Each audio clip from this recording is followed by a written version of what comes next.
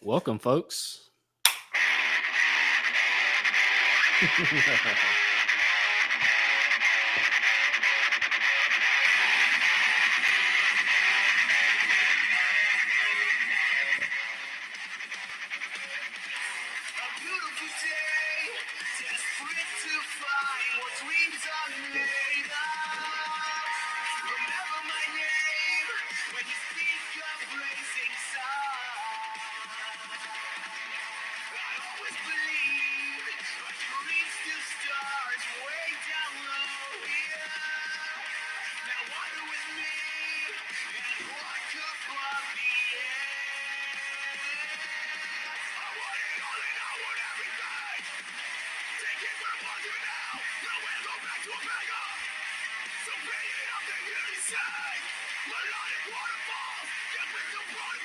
Welcome, everybody. If you're coming in,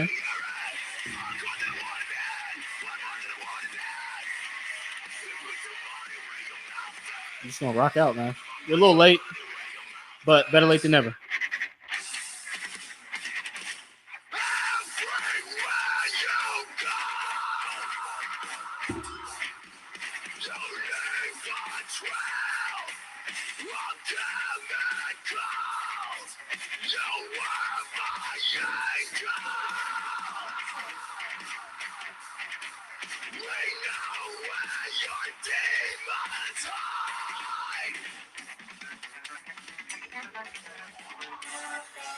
Jazz twist.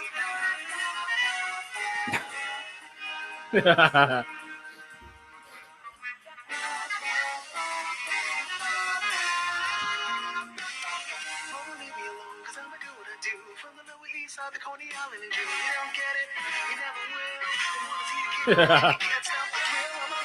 nice shit, man. Yeah, man.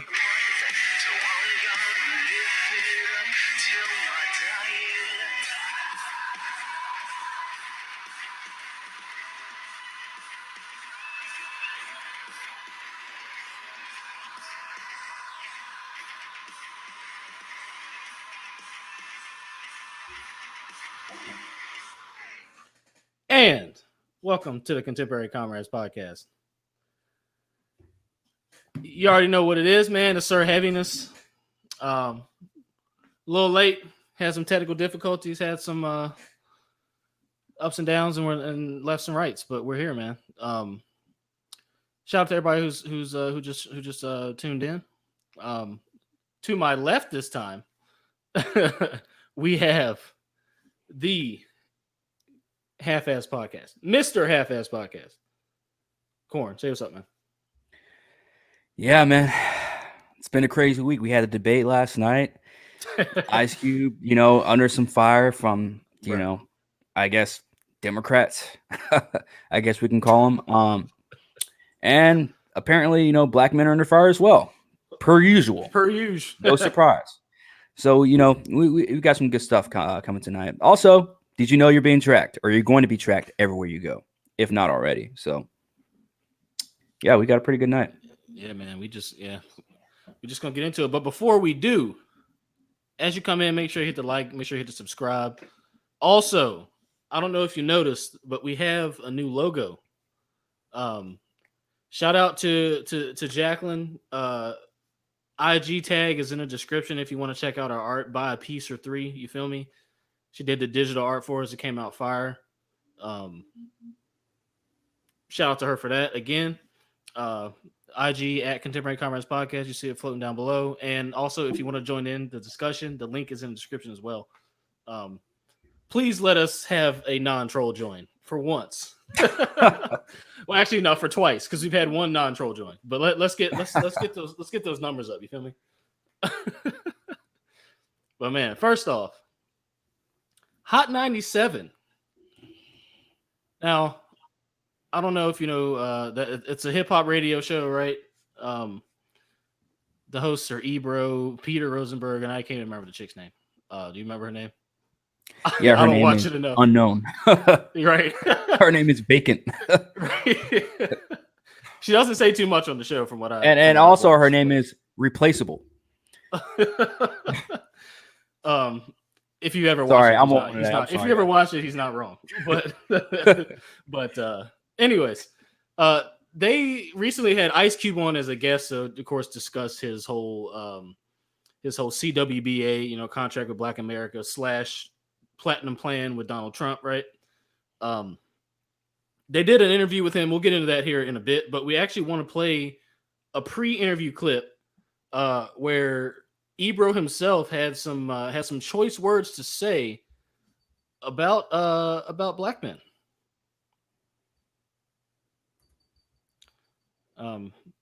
Let's see what y'all think about this. Very interesting. Donald Trump has got to go. You might have to start from the beginning, bro. You say what? Did you start from the beginning? Oh, it's gonna go. Oh. To realize that Donald Trump was a white supremacist. I don't know what the last 2 months showed that were proven the last 3.5 years. I'm telling you, man, and mostly black men, white supremacy is not enough for some black men. It's about the bag. It's about the money. We're talking about that with Ice Cube. Well, I was just specifically talking about, if we're talking about Diddy or we're talking about Ice Cube. Black men will be like, look, it's white supremacists everywhere. What's up with this money? Which I think, a lot of women ain't falling for that. Some do, though. That's interesting you say that, because you see Jamel. What? Jamel had an interesting tweet last night in that she regard. she was basically like, are black men and black women in a different place politically? Like, yeah, she was like, it seems like they're very far apart. Is this real? And it's because I believe that too many black men want to be white men. What? Yes, I said it. Hold on. Well, You're gone too far, babe. You think you're going to Wait, be what? a white man? That's a huge blanket. You think that money is coming to you and they gonna treat you exactly the same just because you got some bread? Nah, black men want to be white men? I said too many. Too many. I've not heard that ever in my life. Well, you heard it here on Ebro in the morning. Maybe the way you're wording it, Ebro, is not. It sounds a little wild. But you're saying people Listen, want money. They think money's going to solve the problem. I said what I said. You think your bank account being equal with a white man will get you the same treatment that white man get, so you voting like a white man. Too many black men want to be white men. I said what I said. I mean, that's a nice controversial opinion. Well, as a white man who wants to be a black man, I personally have never heard this before. And then he says that.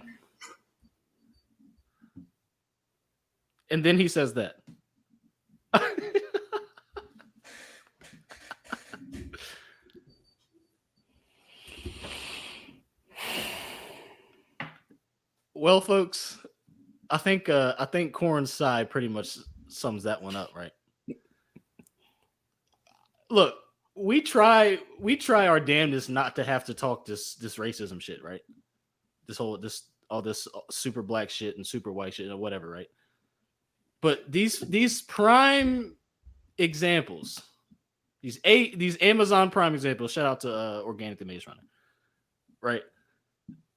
Keep popping up and we have to talk about it. We just have to.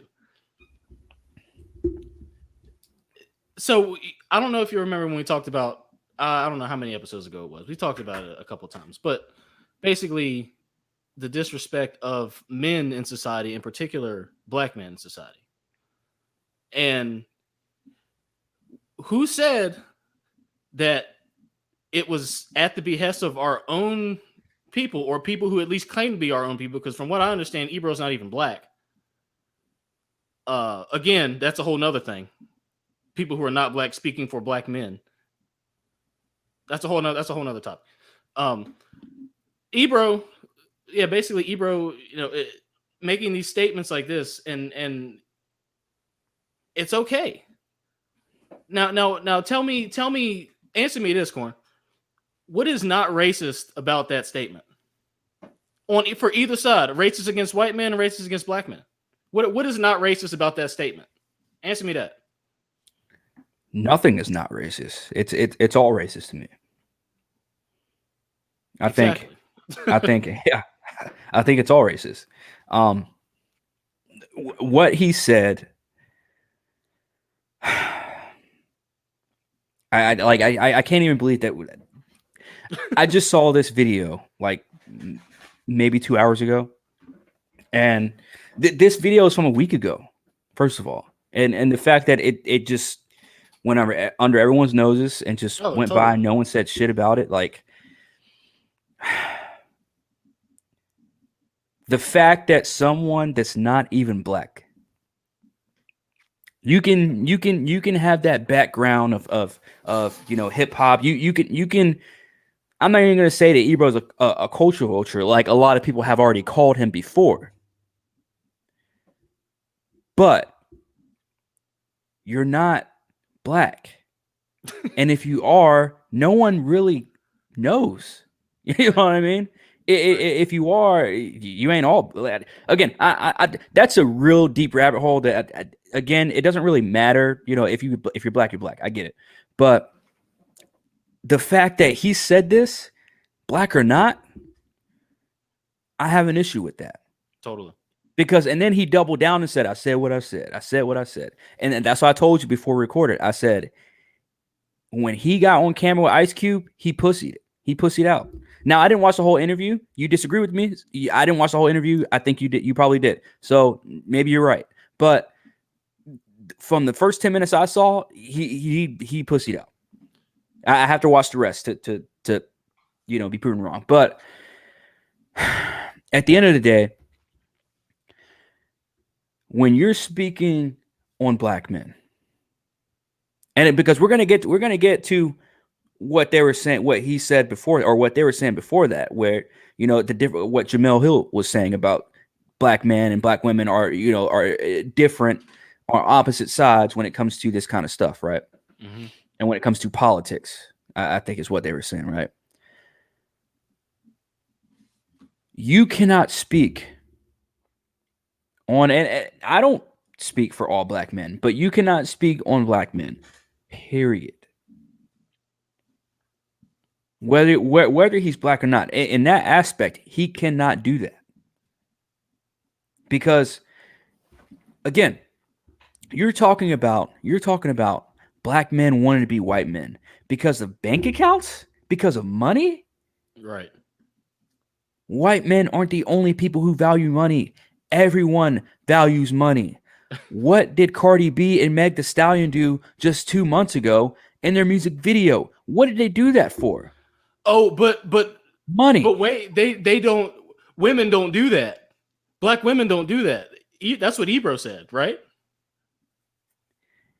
Where do people get? And this is where I get fed up, and this is where I think this is going to be my downfall of whatever kind of success I have in the future, because I feel like I try really hard not to break down black women, but it's just, yeah, bro. It's just why hold yourself above everyone else, including black men, which at the end of the day isn't the moral of the story. Black women need black men. Isn't that the moral of the story? Not anymore. Or is that just like chivalry, where it's dead now, right? That's dead, fam. Yeah. That's dead, unfortunately. This is the problem here. Okay? Is you have someone like Ebro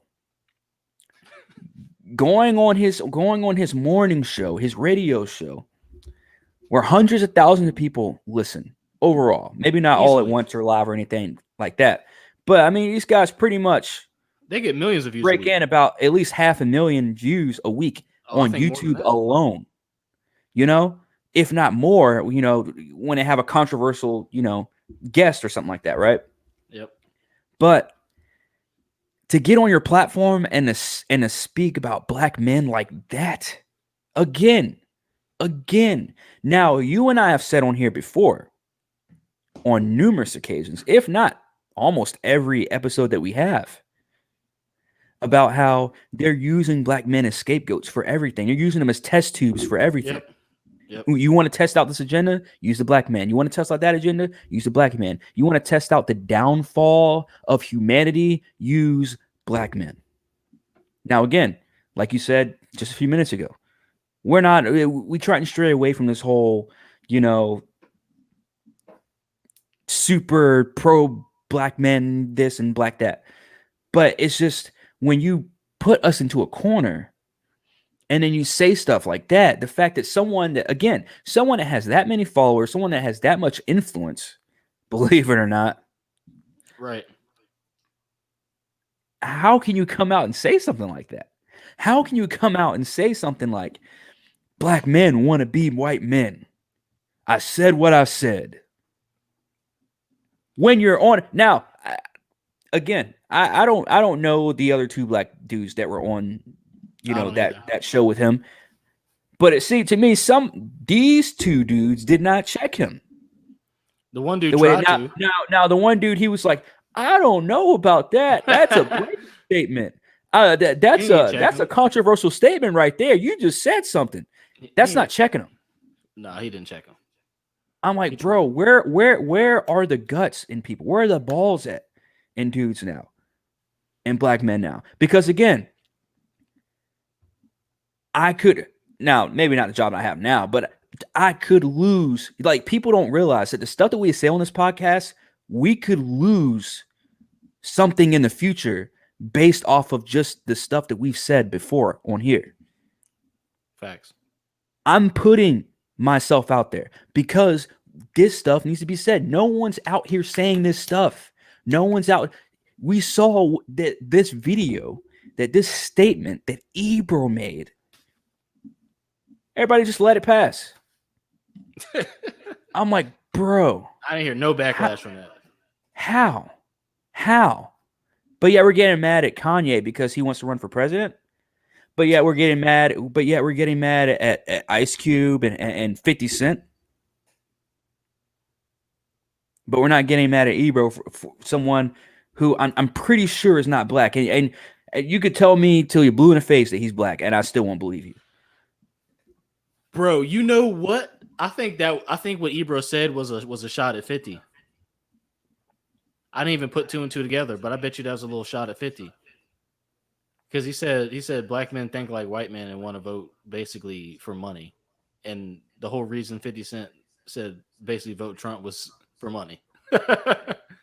Yeah, they were talking about that in that exact video. They were talking about him and Ice Cube.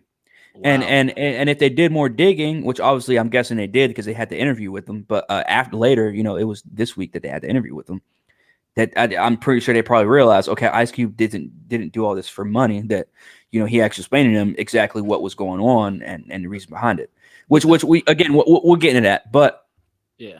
Again, the whole thing about 50 is like, yeah, it's like when no matter whether you're black, white, Hispanic, Asian, it doesn't matter. If you work, and we said this the other night on Half-Ass, if you work hard for your money, if you work hard for anything that you have,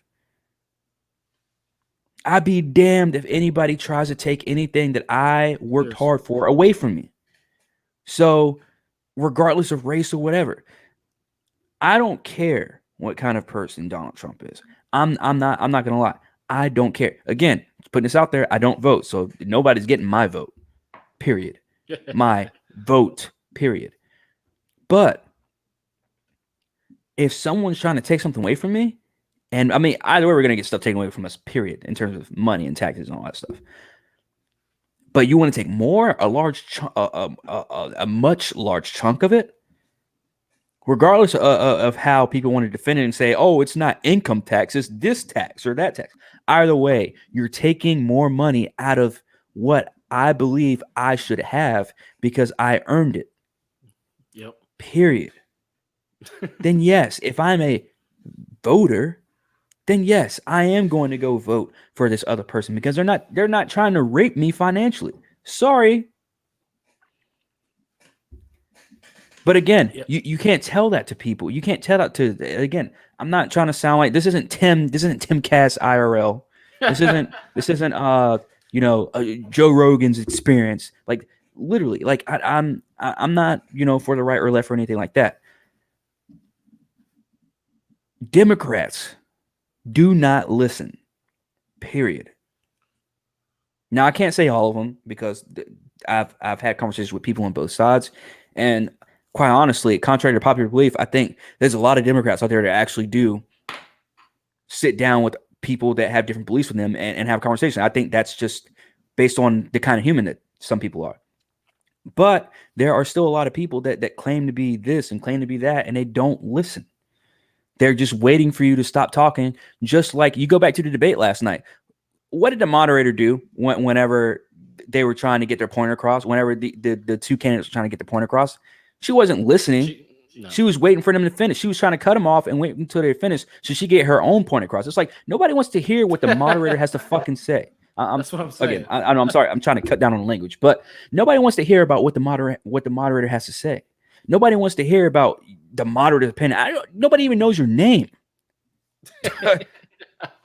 So who cares? Like, stop trying to get your own agendas and opinions across. Well, let's stay on topic. Let's stay on the topic of race. Come on, guys. We got to finish talking about race. It's just like, fam, nobody cares what you want to talk about. Nobody cares the point that you're trying to get across. And I'm not saying, oh, do what you're supposed to do, blah, blah, blah, listen, blah, blah. But it's just like, you cannot have a conversation if you don't listen to what the other person has to say, and then you can say what you have to say based off of what they said to you. Yeah. But people can't have that conversation. And that blossoms the Ebros of the world. And that blossoms the Hot 97s of the world, where they just get on there and they just start, talking out of their mouths or talking out of their ass about stuff. And it's just like, oh yeah, a black man want to be white man, and they just care about the bank accounts and blah. Ebro, I guarantee you, if Hot 97 cut your contract in half, you'd have a problem with it. For sure. Guaranteed. And Pete Rosenberg has no room to talk. Don't even get me started on no room to talk. Don't even get me started on Rosenberg, bro. Don't even get me started. But again, Ebro gets on his platform and says some stuff like that, and no one says a word. No one says anything. Ebro's not under fire. Ebro's not getting canceled. And again, I'm not calling for cancel culture, but I'm just saying somebody needs to say something. At least somebody needs to say something. Check him. That's the thing.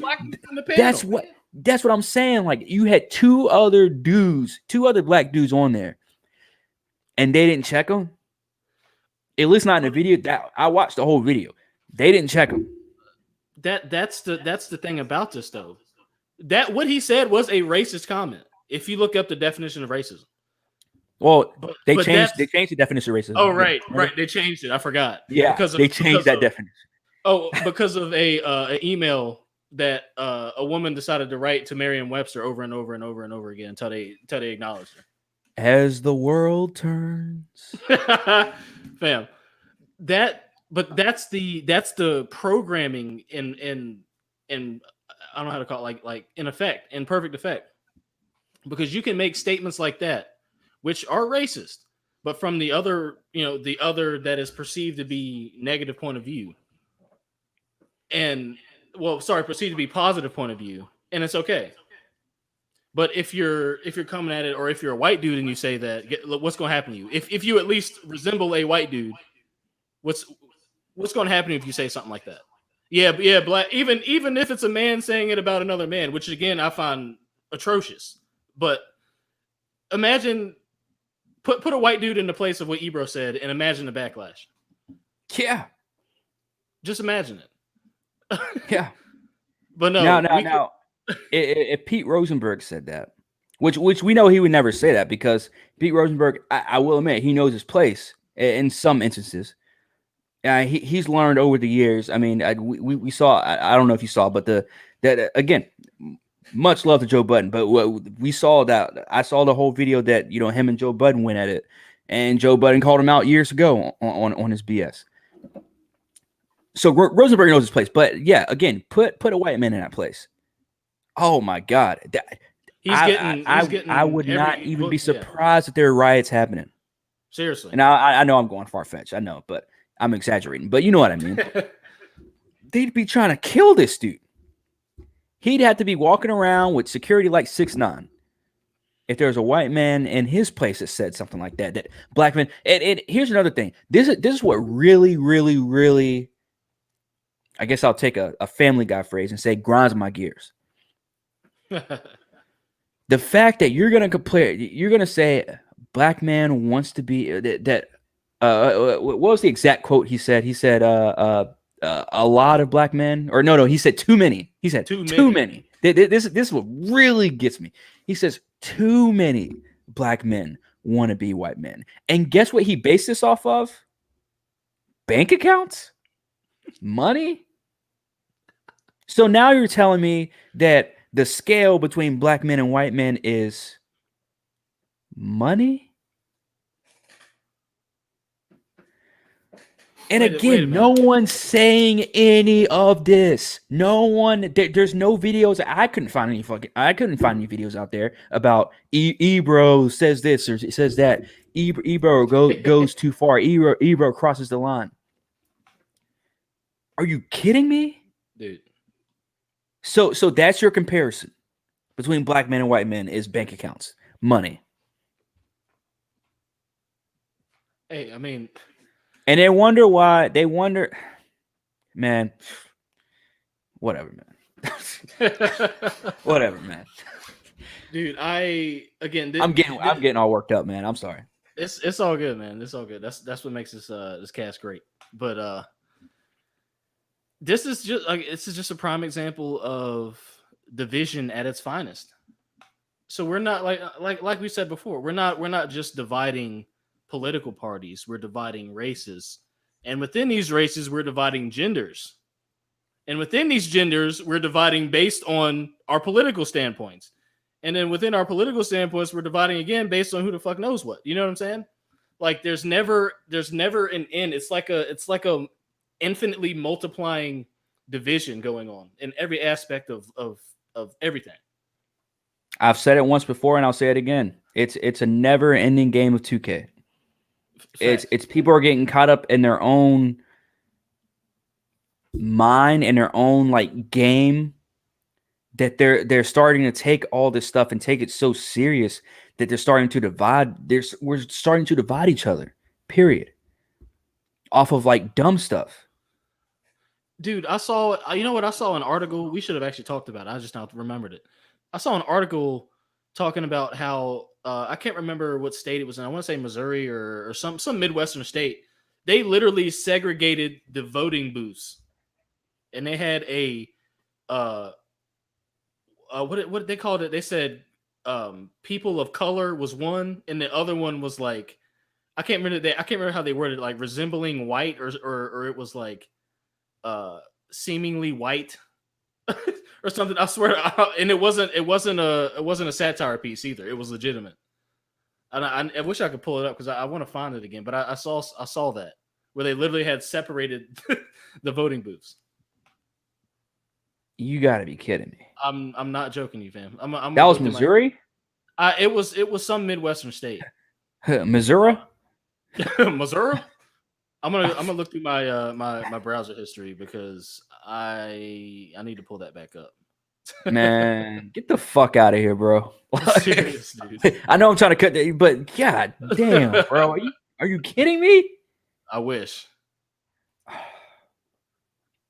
I freaking wish, bro. You know, we joke on here all the time. It's not even a joke anymore, but that the end is coming, bro. Like, and even if it is, I'm glad we're putting our opinions out there because people need it now more. Whether it's 2 people that watch this or whether it's 10 people, whether it's 100, we need to get our opinions out there because people like us are a rarity. And I'm not saying that to big us up or anything. I'm saying that because it's the truth. I'm saying that because stories like this in Missouri, how is this not national news? How is this not everywhere in the newspapers and on all these news sites? You want to know why? Because they're trying to get this over. And again, I haven't made a wrestling analogy or metaphor in a while, but I'm going to make one now. Okay?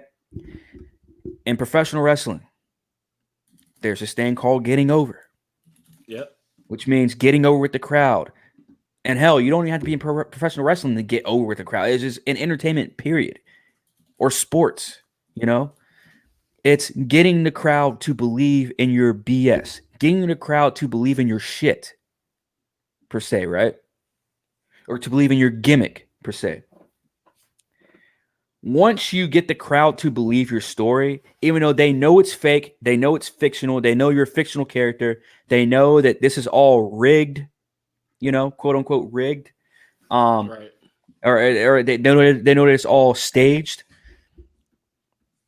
but you still get over it, and people still believe in you. People still have that real feeling, that real, you know, oh my God, he did it, or oh my God, she did it, you know. This story that you just told me about in Missouri, I don't know if it for sure. I'm not gonna put it on him yet, but I know it was some Midwestern state like that. I'm trying. To find it. Well, I won't say Missouri then.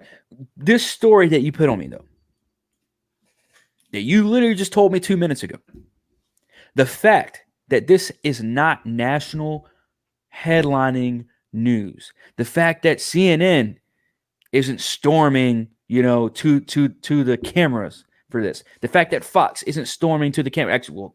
Who knows? But the fact that these news channels aren't storming to it, the fact that Twitter, of all things, but you know, Twitter is ass backwards anyways when it comes to, of course, news and all that other stuff, which is why all Twitter news pretty much goes a half-ass. But the fact that no one's talking about this, again, something no one's talking about, but is very important, very vital, very harmful, not just to people of color, but to humanity. You know what I mean? Yep. This is crazy. And again, what have we always said? The goal is to redivide. They are trying to bring back motherfucking 1964 all over again. You know what I'm saying? Yeah. And guess what? People want that, especially black people want that. Yeah.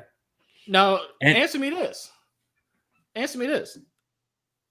Why would somebody who has supposedly fought for, you know, whose parents, grandparents, great grandparents, whatever, people have kids really young these days. Why would they have fought to integrate everybody as one, which is how I would argue life was intended to go, to then to then want to go back to then separating like this is these talking points I'm about to name are touted daily, heavily and loudly in the black community. Oh, we need our own financial system, we need our own schools, we need our own, you know what I'm saying, recreational centers, we need our own media, we need our own this and our own that. There's a I don't like there's a hunger for the separation again. And I don't really understand it. I don't know if it's because they want to I don't know if it's and again, I don't really have these viewpoints, but I don't know if they want to separate just idealistically like that. Yeah. But then still live amongst everybody, because that doesn't make sense to me, because what kind of world is that going to create? It's going to create a fucked up world, which is where we're heading anyway, but it would be much worse. But it seems to be the idea that's in every person of color's head, is that we just need to stay to ourselves. We need to be, you know, to keep our own. You know what I'm saying? And so my last semester of college, I studied Black Wall Street out in Tulsa. I want to say Tulsa, Oklahoma. And back, you know, before that was like burned down and that you know, that horrible stuff happened to it. People want to go back to that. And I want to say, while that was good for back then, because it was a purpose behind it, and it was during a time where we couldn't share the same economy as white people. But now we can. I think now trying to go backwards and try and create our own, I've heard this plenty of times. Let's go back to Black Wall Street. Let's create our own Black Wall Street. Let's create our own, Black this and Black that. Mm-hmm. Again, having, there's difference between having, your own Black-owned business and Black-owned businesses and having them, intertwine, interconnect with each other. There's a difference between that and going back to like Black Wall Street and just having like nothing but, just Black this and Black, to me, that's the same thing as segregation. To me, that's the exact same thing as the example that you just gave me earlier. Yep. I'm really trying hard to find this thing, by the way. I think I was looking at it through a private browser, and then I had to restart my computer. I think I lost it. Damn it! I should have saved it. I don't know. I'll find it and we'll post it. We'll post it in the as a comment. We'll pin it on the video. I'm gonna do some digging after the cast and we'll post it for you. But I know what I saw. I remember the picture of the signs vividly in my head, and it was a legitimate article. So I need to find that again. But yeah, man. Any final words on this whole Ebro and black men want to be white men bullshit? Because again, remember. I don't know if y'all listened to our Growing Up Black in Virginia cast we did, 2 years ago at this point almost. We said that one of the things that we got called growing up as I don't know if you want to call it a slur, basically being made fun of, was we got called white.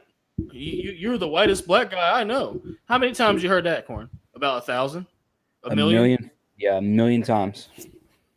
How many times I heard that? A million? Yeah. God forbid I walk around with a skateboard at 13 years old, at Gypsy Hill Park. Same. or a BMX bike or a mountain bike or whatever the fuck. God forbid. But yeah, any final words on all that bullshit, man? Before we get into the actual Ice Cube portion of this, I guess. No, I mean I could go through again, man. I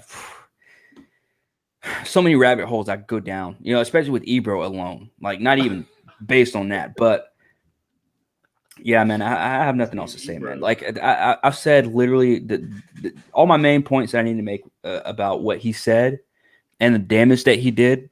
Because, again, with the platform that big, people are going to take what he said and run with it. People are going to start comparing. I mean, people already have, but people are going to start comparing. Bank accounts and money in terms of race and black men and white men. The fact that somebody came out and said, I don't care whether you're black, white, Hispanic, whatever. You come out and say black men want to be white men and compare that off of bank accounts alone. Right. Dude, the damage is done. The damage is done. I would agree.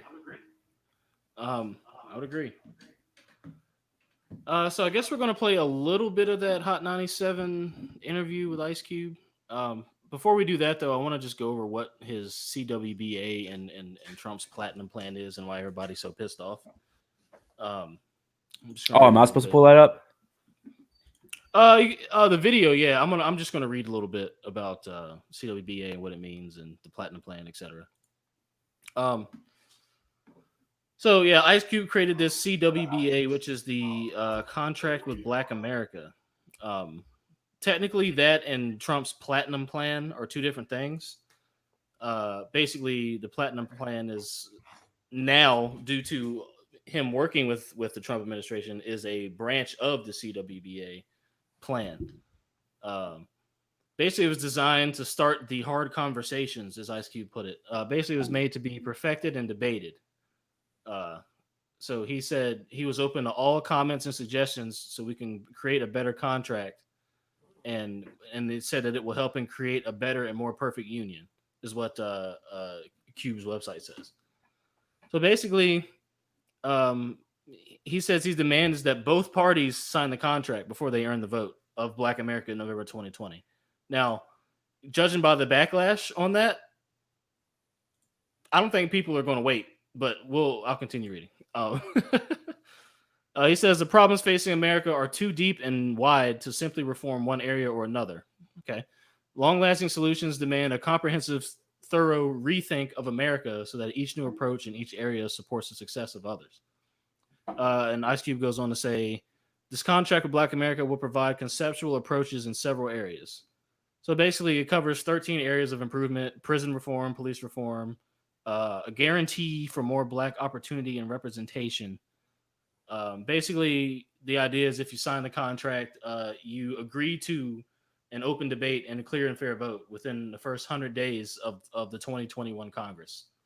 Which, okay, look, if you're gonna do something, this is the way to do it, man. Just, content, material aside, if you're gonna try and get something done, I think, given playing in this playground, and we'll get into that because we'll get into what Ice Cube actually says about politics in general. If you're going to play in that sandbox, I think this is a good way to get something done, in my opinion. I'll keep reading. One of Ice Cube's fans tweeted, "My hip hop hero Ice Cube is working with the dark side. I haven't felt this low since Kobe passed. Heartbreaking." Cube, I'm not sure you understand how much we value your voice, and when we see you jumping the shark, it kills us, especially in 2020. And another tweet says, "I think it's sad that we as Blacks, in all caps, can see what this man has done to divide this country and to destroy the Black race for years. He is only reaching out for a platinum plan to try and buy the Black vote. My vote is not for sale. My Ice Cube just melted. Boy, bye." So it's been this 20-fold for Ice Cube, right? And people don't look. You know how I said nuance and context matters? It's for reasons like this. Because if you look at the context of what he's doing, what in that is jumping ship in any way? When has Ice Cube ever jumped ship in any way as far as the Black community goes? So have you listened to his music the past, 25 years? I'm just saying. I'm just saying. And again, let me read a little bit more. I think that's basically it, man. That's basically it. So that's what the CWBA is. That's what Trump's platinum plan is. I think there was a little bit more on Trump's platinum plan I meant to read. Basically, let's see here. Trump's platinum plan is going to lay out ways in which they will help the Black community in the hope that Trump gets reelected. So the plan includes promises to mark the KKK and Antifa as terrorist organizations. He wants to make Juneteenth, the holiday nobody knew about, a federal holiday.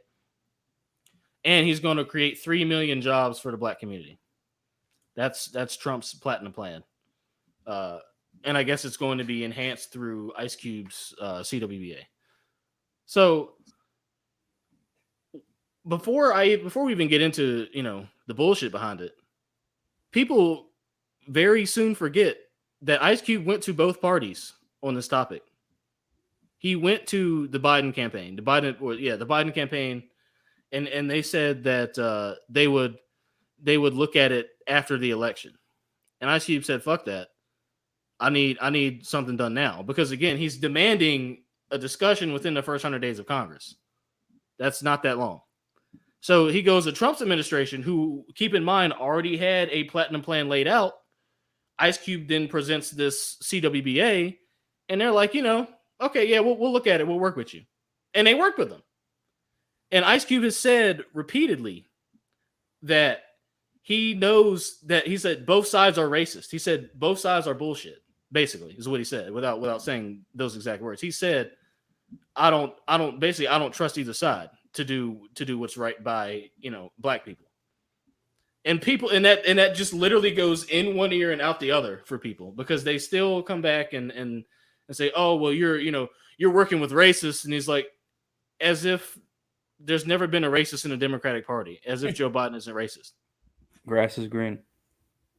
Right. And it's just like that statement again goes in one ear and out the other. And then they go back with some more bullshit. But do you want to pull up the video, Corn? We'll play just a little bit of that interview. And then we'll get into it. But yeah, that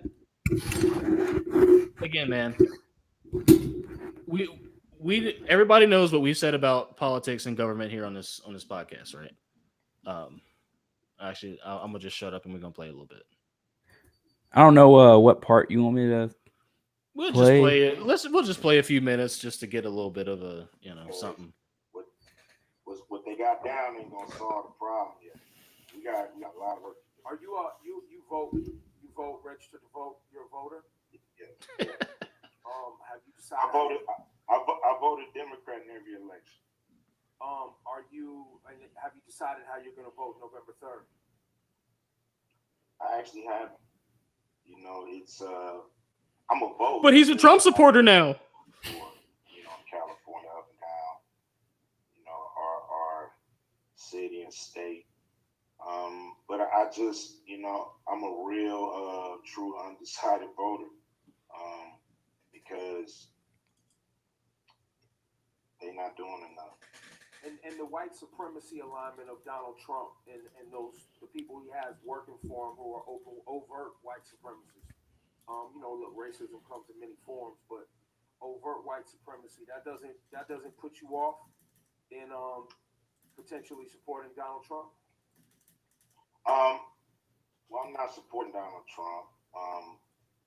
White supremacy do turn me off. But it's everywhere.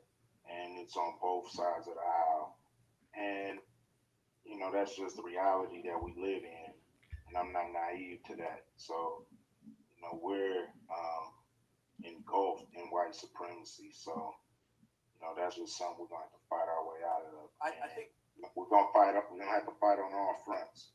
Cube, I would say this is probably the part where people get the most concerned is that for many people, we feel that the rhetoric and the decisions that have been made by the Trump administration over the last 4 years put them in a category of alignment with racism and white supremacy. That is so. I mean, oh my God. Gosh, dude. That conversation of we know there's white supremacy on both sides feels like a bit of a cop out in the sense that. Can I pause this? Go ahead. Can I? Go ahead. Yeah, go ahead.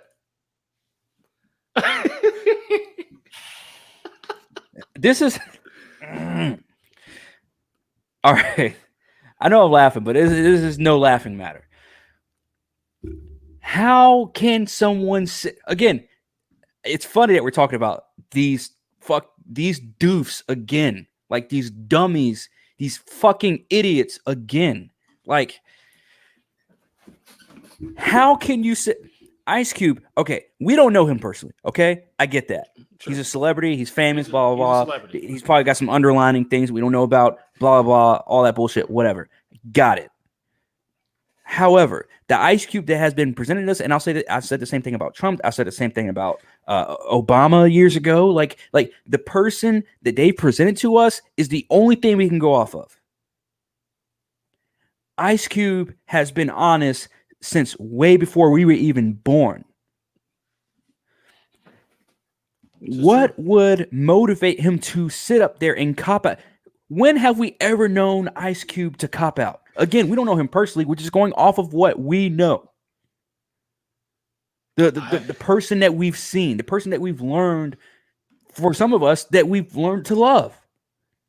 So to sit up there, again, this is what I hate about not just white people trying to defend, just to be on the front lines of black people and to be on the front lines of quote unquote racism. But this is what I hate about the opinions and the viewpoints and the mindsets of, and the demeanors. I guess I'll go as far as saying the demeanor of people in general that try and keep this whole idea and this whole facade of racism. This person's racism. Although they keep using white supremacy. Where have we seen it? I'll wait. Again, I'm not saying that Trump is not a racist. I'm not saying it because let's go back to the platinum deal. Hell, let's go back to the debate last night where Trump said he basically said, look, fam, I had to end relationships with racist, with big business partners to just pass the prison reform deal. Or what was it? It was prison reform, right? Yeah, his prison reform. Yeah, the whole prison reform deal. He said it was like pulling teeth. because some people did not want it. Some very important people did not want the prison reform deal done. Trump said, look, I have done more for the black community. I've done more for black people than anyone since Abraham Lincoln. Now, I disagree with the whole Abraham Lincoln thing. I mean, I guess you could kind of say Lincoln did it, but he did it for a different purpose. Exactly. Yeah. Which we've already gone over. Yeah. But regardless, yeah, you can say Lincoln did what he did. Cool. The fact that Pete Rosenberg, of all people, is sitting in that chair and in quote unquote his high horse and is coming down on, of all people, Ice Cube. Now, again, you can probably say, okay, you don't look at, famous people as, up here. Okay, got it. Because I don't do that nearly as much as I used to. I still do it a little bit. I kind of get a little, jumpy when I, with certain celebrities and stuff like that because I looked up to them. But you're going to sit there and try and call out Ice Cube and say that he's copping out. That's basically what he's saying. He's saying, look, basically, you're copping. You wouldn't say that's a cop out, that both sides are racist. No. It's not a cop out. It's true. That's just like going from one college to another and saying this college is racist, but that one's not. And then somebody says, no, fam. JMU has racists just like Richmond has racists. And they're saying, well, don't you think that's a cop out? Don't you think that's a cop out? Don't you think JMU has more racists than Richmond because of where it's located? No. It's both sides. Not everyone on both sides, but both sides has it just, you go anywhere, especially in America, you can go anywhere. There's racist everywhere. You're not saying everyone's racist, but you're not saying that no one is racist. Like, how hard is that to get across people's heads? But no, if you're this color and that color, you have to be racist because that's what the narrative is. And the narrative is always right? It's crazy. It's crazy. It's so crazy. It again, it just gets deeper and deeper and deeper into this like mental quantum realm, pretty much, of like where people literally brainwash themselves into thinking that everyone that looks like me is racist, or everyone that looks like that is racist, or everyone that likes this celebrity is racist, or everyone that believes in this is racist. It's just like, come on, man. Like, we've seen it in Twitter. We've seen it in the news. We've seen it in politics. We've seen it everywhere where people are just saying, oh, this person's racist, or if you believe this, then you're racist. We've seen people, I've seen people on social media, white people on social media that have come to the floodgates on this whole, racism aspect. It's so stupid. It's so stupid. I'm just like, look, man, like racism is a thing, but you don't need to like acknowledge. I'm not saying you don't need to acknowledge it, but to an extent, you don't really need to acknowledge it. Like every single place you fucking go, like, yeah, I agree. That's the thing. It's just like I just saw earlier on social media where a white girl was saying, "Oh, I feel so terrible. You could never be racist to us because we've been at the top for so long. This country was built for us, by us, and I don't think you could ever be racist to a white person." Blah blah blah blah blah. Seriously? Yeah, and saying like we're safe, but they're not. So we have to stand up for them too. And it's just like, do you really like? I'm okay. I'm good. Like, and again, I'm not saying I don't experience it, but at the same time, it's just like, My thing is, I can do it. I can do it myself. I can deal with it on my own. I don't need 4 or 5 white. Now, again, something happens. Now something goes down. It's happened with me and Adam before. Well, it wasn't anything racist, but if something goes down, even Adam of all people came to my defense when stuff went down. Yeah. Before out in the streets, like it's. I get it, but that's because we know each other. That's because we've been boys for so long, right? But to have some random person to come and be like, "Oh no, don't you attack this person? Oh no, don't you say anything to that person?" Blah. It's just like you're doing too much. It's too much. We saw it back in June when all that bullshit was happening, and we're still seeing it now. Hell, we saw it back in 2015 when it was happening, and it started to do all that stuff. That's true. And this whole thing called white guilt, like it's stupid. It's stupid. It's so ridiculous. And again, since when has the concept of racism been unidirectional? Only from white people to every other colored group of people out there. Like since when? Because the truth of the matter is everybody's conquered everybody. Look how many people the Chinese conquered. Look how many people the Chinese are still conquering. Look how many people the Chinese are still conquering. You see what I'm saying? Look how many people little African tribes conquered in Africa. Look. And still are. Well, maybe not so much now because the Chinese are conquering them. That's a whole other thing. But well, the Chinese are making them conquer themselves in a way, but yeah. Yeah, fair enough. Yeah. But this narrative is nonsensical, literally, and it's being touted by media that millions of people listen to a week. Millions of people listen to this shit a week. To these people say this dumb shit. To these idiots. We'll play a couple more minutes of the video, man. But fam, just go ahead and roll it. Roll that ugly bean footage. How is the truth a cop out? I mean, look, he said it right there. He said, "How is the truth a cop out?" If you can show me that it's not the truth, let me know. But it's not a cop out. It's stupid. I just want to say, I still stand by what I said earlier about how but yeah. Situation we find ourselves in, and if we are blind to that, we'll continue to find ourselves in it. But you don't think it's false equivalency? Every person has to make their own decision when they walk in that booth. You know, Ice Cube can't make it for him. Hot 97 can't make it for him, or anybody else. Everybody got to make their own. But apparently they can. And they got to take all of course that they have gathered, the true facts, and then make that decision. And so I'm the one who's not telling you where to vote. So people shouldn't be skeptical of what I'm saying because I'm not telling you where to vote. But it is that's your own decision. But it is a bit of, but like what you just said, for example, and I think the reason people get upset, Cube, is because you're such an inspiration in so many people's socio-political awakenings, myself and my brother included. You're such a part of us, making us see the world as teenagers. So when you say there's white supremacy on both sides, it feels like a false equivalency because while Biden and the Harris ticket may have their own issues and sort of establishment Democrat bullshit, we've seen open white supremacy from the Trump administration. We've seen where have we though? Where we've seen that, and they're saying it. So I think it feels like a false equivalency when you just say, "Well, we know there's white supremacy with both."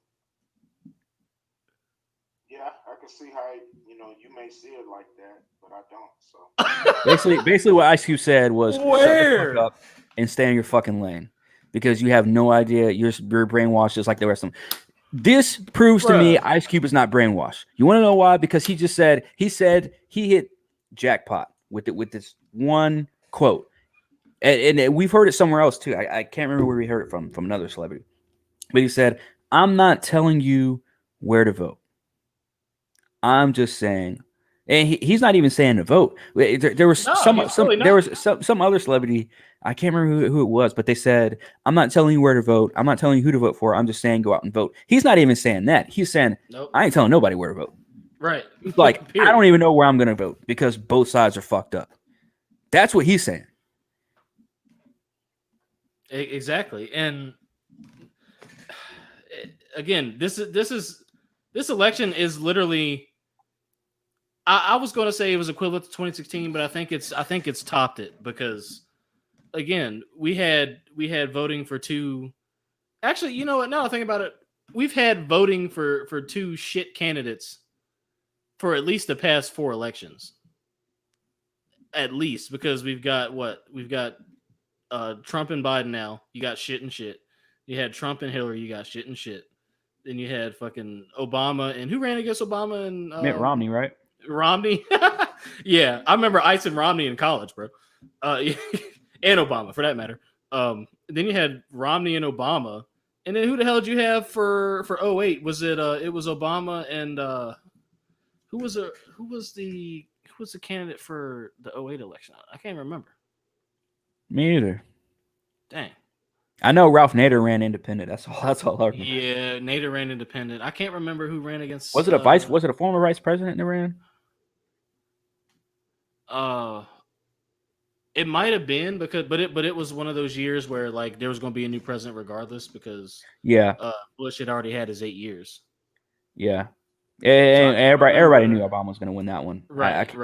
I just remember everyone wanted Obama to win that one. And plus, again, the whole Republican, like nobody was hearing left and right. Nobody was hearing that. Nobody was hearing the term snowflake. Like it's gotten to, again, it's gotten to a whole game at this point. Like you hear left and right, the terms left and right. You hear the term snowflake. You hear all this and liberal this and liberal that and, all this other stuff. And yeah, this election is definitely topped the last one. And I would have told you that 2 months ago. Yeah, that's very true. Yeah.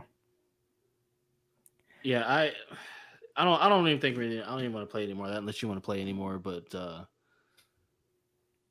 I tell you, this is now again, I think Ice Cube has a decent idea of what kind of what kind of sandbox he's playing in with this whole politics shit, because he's looking at it from a way where a lot of people who have these super polarized ideals literally cannot comprehend, clearly, as you just saw by the videos, right? He's looking at it as, look, I know politics is bullshit. I've spoken about it for 20 years. But he said out of his mouth, I saw it in another video, he said something hit him in June. He had been working on the Big Three, his basketball league, for the past 3 to 5 years, trying to get that off the ground and get that going. So he was focused on other shit, right? He said something hit him in June to where he felt so compelled. He said it was a fallout of the George Floyd situation. Yes, yeah. He said it was the George Floyd stuff, and he was like, yeah. He said in I believe it was this interview, or maybe it was the Breakfast Club interview. He said, yeah, we're protesting. That's fine and stuff, but what are we actually getting done? And that's when he sided himself with all the important people. Exactly. And then did you hear about what D.L. Hughley had to say? Oh, yes, I did. And it hurts because I love D.L. Hughley. He said Ice Cube wasn't qualified. D.L. Hughley usually has some smart shit to say. He's usually on the money when he opens his mouth. Usually. But geez Louise, man, that was the most idiotic statement I've ever heard come out of his mouth. Yeah. By far. Yeah. By far. And for the viewers, pretty much what D.L. Hughley said was pretty much the equivalent of shut up and play basketball. Pretty much what he said. Yeah. He said, why do we need to hear about somebody that's made all these hit records? And so he said, we need to hear from these politicians. We need to hear from all these other people. Let me tell you something. They're not saying it. Dumbass. Kamala Harris is not saying it. You know what Kamala Harris is saying? Well, behind the scenes, I guarantee you, she's wanting to, put these niggers back in jail. And on camera, what she's saying is, oh, we're going to ban chokeholds. That is a joke. That is a joke. Again, I've ran it on that how many times by this point, Jaron? At least two. Maybe about three. Kamala Harris and the whole chokehold, banning chokeholds from policemen using chokeholds. That is a joke. That is laughter. Laughter. Because that has nothing to do with anything. Facts. Yeah, but you have somebody out here, making hit records and making hit records and making people happy and standing up, for what they believe in through songs and stuff and making movies. And what do you say? Oh yeah, the guy that gave us 3 Fridays. Yeah, the guy that gave us 3 Fridays is the same guy that's walking up to the White House and sitting down with the administration and having a serious talk about how his people aren't being treated right. But he's doing it the right way. Right. He just said, it's cool and all the protests, but they ain't gonna listen to us protesting, and they damn sure ain't gonna listen after we burn down our own communities. So what you think they're gonna do now? Please. Man, I can't even say it no better than that, man. I can't even say it no better than that. Look. At the end of the day, racism is a division tactic. Politics is a division tactic. Ice Cube is a celebrity. So take all that with a grain of salt.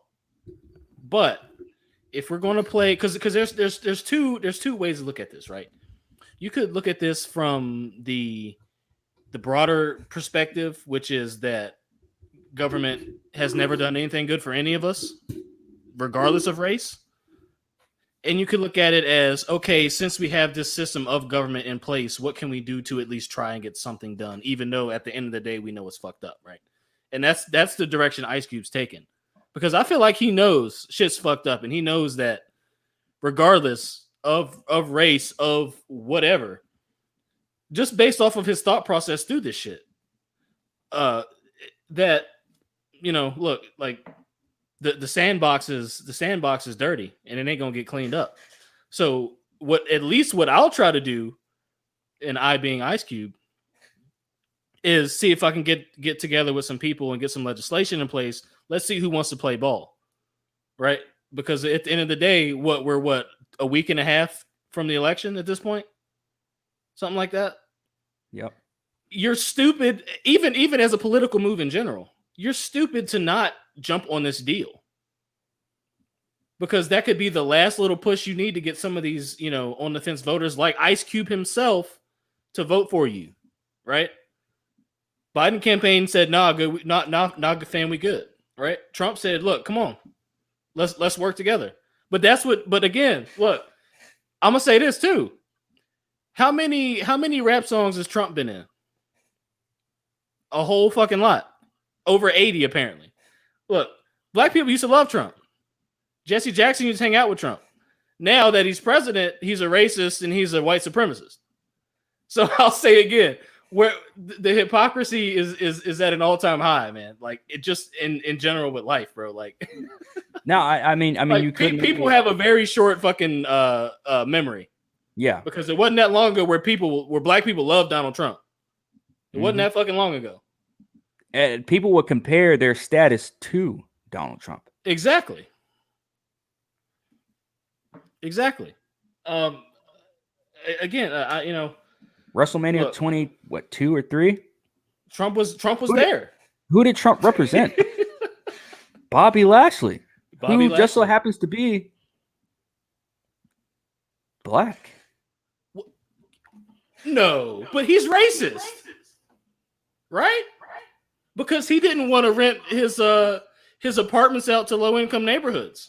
But he's racist, right? But look, they're all racist though, right? But look, this country was founded on racism, right? Or was it? Look, I'm on a few tonight as well. All right. This whole man, I'm ready for this election, man, because it's gonna be nut up or shut up after this election, no matter who the fuck wins. And we're gonna do a cast next week, and we're gonna go into some deeper shit about what could possibly come out of the election, what some goals are after the election, regardless of who wins or doesn't win, whatever. We're gonna touch on that, so y'all stay tuned for that one. But as far as this whole racism shit, as far as this whole Trump shit, as far as this whole Ice Cube and Platinum Plan shit, if we're going to play in the racism sandbox and the political sandbox, this is the way to go about it. And that's just facts. You put a plan together to benefit what you want to benefit. No bullshit, no frills. You're not getting any kickbacks from it. Ice Cube said he's not making a dime off of this multiple times, right? You put this plan together and you pitch it with your influence as a celebrity in the game for 25, 30 years. You have influence, you have connections, right? You put this shit together, you pitch it, and you see who bites. And if they bite, you work together and you try and get some shit done. It's that simple. It doesn't have to be any more or any less than that. But again, that's too common sense for people nowadays. You can't have common sense nowadays. You have to be extremely polarized, extremely ignorant, and extremely anti anything that represents anything you don't like. And where does that really get you in life outside of politics and outside of race? Nowhere. You have to learn to some degree to see things from another perspective if you want to get anywhere in life, in my opinion. But again, I'm gonna get off my soapbox, man. Who was Rosenberg speaking for? That's what I'm saying. Because we knew exactly why he said. I knew exactly what he was going to say before what even came out of his mouth. As soon as Ice Cube said, "Look, both sides are racist." Well, before he even said that, he said, "I don't know." He said, "I voted Democrat all the years before," which I think is completely irrelevant to even say, but whatever. He said it. I voted Democrat all the years before, but he said this year, "Yep, I'm a vote, but I don't know who. I don't know for who." He said because both sides are racist, but both sides are messed up. And as soon as Pete Rosenberg said, I got something to say. I have something to say. One side's racist and one isn't. Yeah. No, I think that's a cop out answer because I think only one side's racist. I'm like, who are you speaking for? Who are you talking for? Who are you the mouthpiece for? Himself, clearly, because Ice Cube wasn't down for it. He wasn't playing that shit at all. At all. He said, "I disagree." And that was that. And Rosenberg ain't say shit. I gotta watch the rest of that interview because you have to, man. You have to because Ebro, and for those of you who don't watch that, Ebro's a guy with the New York hat and the beard, right? He was looks like DJ Khaled. Yeah, he was looks like homeless DJ Khaled. He was saying some goofy ass shit, man. He was saying some real goofy shit in that interview. So y'all Grass definitely need to check. Y'all, the sky's blue, but y'all need to check out the rest of the interview because it's fairly eye opening. And Ice Cube has been on this really long streak of interviews lately about this thing because it's been that polarized. Because he's trying to clear it. He shouldn't have to. If people actually did their research, we wouldn't have to watch these interviews. Exactly. But the fact that it's easy access for me to do research for this podcast and do my research for knowledge about what he's actually doing. Yeah. But we shouldn't have to. We shouldn't have 5 or 6 interviews of Ice Cube sitting down with this person, that person, that person after all of this. Saying the same shit over and over and over again. Backing his point up over and over and over and over and over again. To at least attempt to clear his name, but it's still not going to be clear because you got people like Pete Rosenberg that are still going to try and keep him down here after all those headlines. It doesn't make any sense, man. But again, why should he have to explain himself more than once?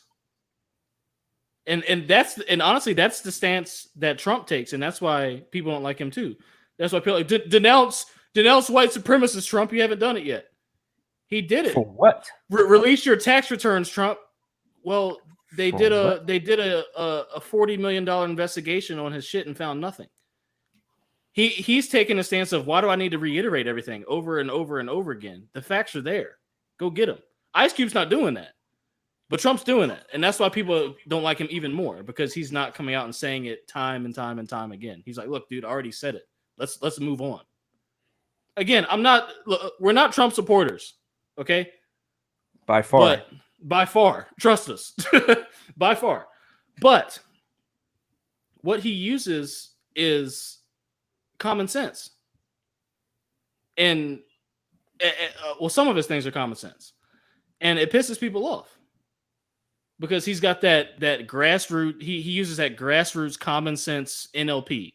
And he's honest. Well, I wouldn't say he's honest, but he speaks what's on his mind, at least for at least half the time, I'd say.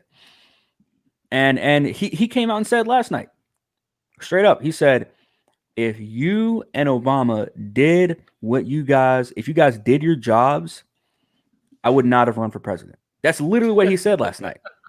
That's a quote from what he said. He said, if you And the president you're with at the time, he said you were vice president for 8 years and didn't get any of the stuff done that you said you wanted to get done. And now, has Trump done that either? Probably not. But I mean, he's gotten some stuff done, but not the stuff that he was saying he was going to get done. No. But does any president actually do what they said they were going to do? No. People forget, at the end of the day, he's a president. He's a celebrity and a president. That's a double whammy, folks. Even presidents have ceilings. Exactly. The underlying problem here is the power structure. It's not Trump or Biden. It's not Ice Cube or Ebro. You see what I'm saying? It's not Peter Rosenberg or whoever the fuck. It's the power structure. But you're gonna have the Pete Rosenbergs and the Ebros and the Breakfast Clubs of the world that are gonna try and control the narrative of someone else. If I came out and said something, or I'm very passionate about something that I'm not even making a dime off of, I'm trying to help my people. And by my people, I mean humanity, period. Right. I'm trying to help make the place that I live in, that my kids or grandkids or whatever the fuck are gonna grow up in and possibly run one day, like run this world. And I don't think that'll happen. The world's pretty much at an end at this point. But you know, you're passionate about something and you're trying to make change, and then people want to control your own narrative. I would be pissed off too. Absolutely. And again, Ice Cube knows he's playing in a sandbox. All right. He's doing what he feels he can do to get whatever his agenda is across and get something actually implemented in concrete, which burning down your own neighborhoods is frankly not going to do. No. as much as you want to say it's against cops and against racism and supremacy and all this and that, burning down your own neighborhoods is not going to is not going to fix anything. And I'm not shocked that neither is defunding police. Yeah, and I'm not shocked that Ice Cube didn't mention the riot stuff, because that's then you're definitely you're not going to come back from that, from denouncing the riots and talking bad about the riots and stuff like that. Like, as a black man, you're not going to come back from that, because you're going to get so much hatred from your own people. It's crazy, and he knows that, which is why he didn't really speak on it like that. He said it fueled his fire, if anything. Yeah, so he's even playing to that side of things, and people are still giving him shit. It's crazy, man. It's crazy. I never would have thought. Well, I can't say I never would have thought, but I'm a little more surprised than I feel like I should be that black people were outraged by this. And he also did I don't know if you heard the interview he did. I can't even remember it. I can't remember the show, but it's got Lisa Ray and Vivica Fox and all and those women in they all do like this podcast. I don't even know what it's called. But they were like that ladies' room, something in it. Yeah, something like that. And they were saying that they were scolding his plan because it didn't have anything explicitly written in it for black women. And Ice Cube literally said, it's for black people. He's like, women are included in people. And they were still like, no, black women don't have any say, and they don't get what they need, and they don't get this and that. Bro, Bro, Ice Cube, you should have seen the look on his face, bro. We could play some of that too, but we're not going to do that to y'all, man, because dude, I'm telling you, that was one of the most egregious things I have seen, at least in the past 2 weeks. I've seen some fucked up shit in the past 2 weeks, but that was one of the worst. Just you saying that, just talking about it is just gives me a fucking ridiculous, headache, man. Yeah. Dude. So I'm not. We're not even going to go into that. But I just want to say he's gotten backlash from all sides, all races, right? As we just showed you, all races, all genders are against this man for doing this one thing for the broad spectrum of black people as a whole, right? But what everybody wants is equality for the broad spectrum of black people as a whole, right? That's the goal, right? But he's working with Trump, so he's a coon, a sellout, and he's a Trump supporter when he never acknowledged any of that. He said, "Look, I went to Biden." He said, "No." I have a question. How can we fix things, especially when it comes to race and all of that? How can we fix things if we don't talk to the Trumps of the world, this supposed racist, right? How can we fix things if we don't go to the other side, quote unquote, and trying to fix things? You can't. But the goal is not to fix things. The goal is to shut them out completely and dominate them. But nobody says that because that's the same agenda that black women have. That's the same agenda that women period have. That's shut out anybody that doesn't look like me, anybody that doesn't have that's not quote unquote me, and say that it's equality, but it's actually domination or extinction, if you want to call it that, or extinction. Absolutely. What a world we live in. And we're gonna switch gears here. We're gonna get away from the race chat and not racist chat, but the race chat and everything like that. race relations, if you will. And we're gonna talk about Walmart and technology. So we're gonna pull up the link here in 1 second, but basically, Walmart is going to redesign their stores to be more like airports with a twist. So, Zero Hedge did this article. Shout out to Zero Hedge, man. Real independent investigative journalism for the win, always. Title of the article is Walmart's redesigned airport-style stores will track everyone. You don't say. So basically, what Walmart is doing is, I'll read a little bit of the article here. Walmart is basically taking a cue from airport terminals by bringing the airport experience to every store. So the vice president and chief customer officer of Walmart says, airports were a place that inspired us because by nature, you don't spend an awful amount of time in airports, so you just don't know your way around. But you need to get a lot of people somewhere in a timely fashion. Okay, sure. The initial article was done by fastcompany.com. And it basically mentions how Walmart's newly designed stores will inspire customers to use their cell phones to shop, as if we aren't doing that enough already. Yeah.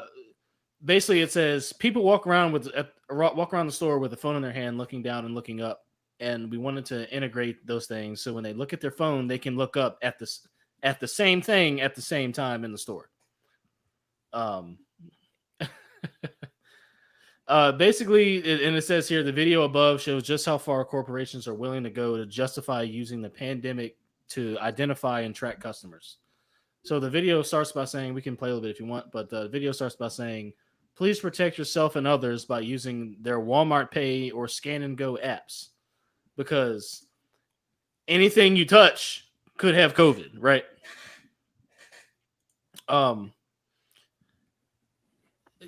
Basically, they claim that the Walmart app can magically protect customers from getting COVID is disingenuous and obscures the real reason why corporations want customers to use them.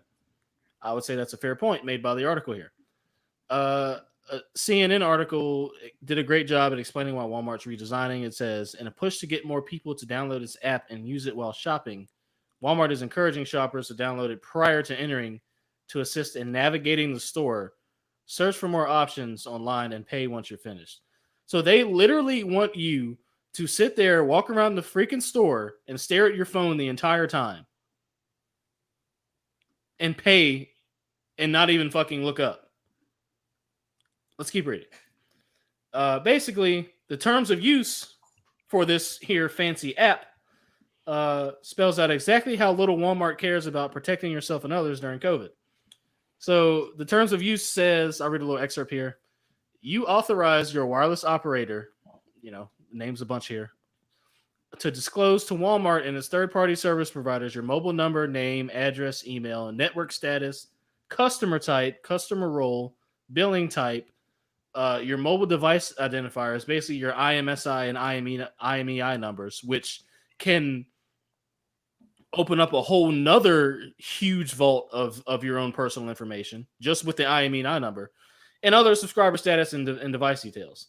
And if available, solely to verify your identity and prevent fraud, right? Because at the end of the day, it's to keep you safe.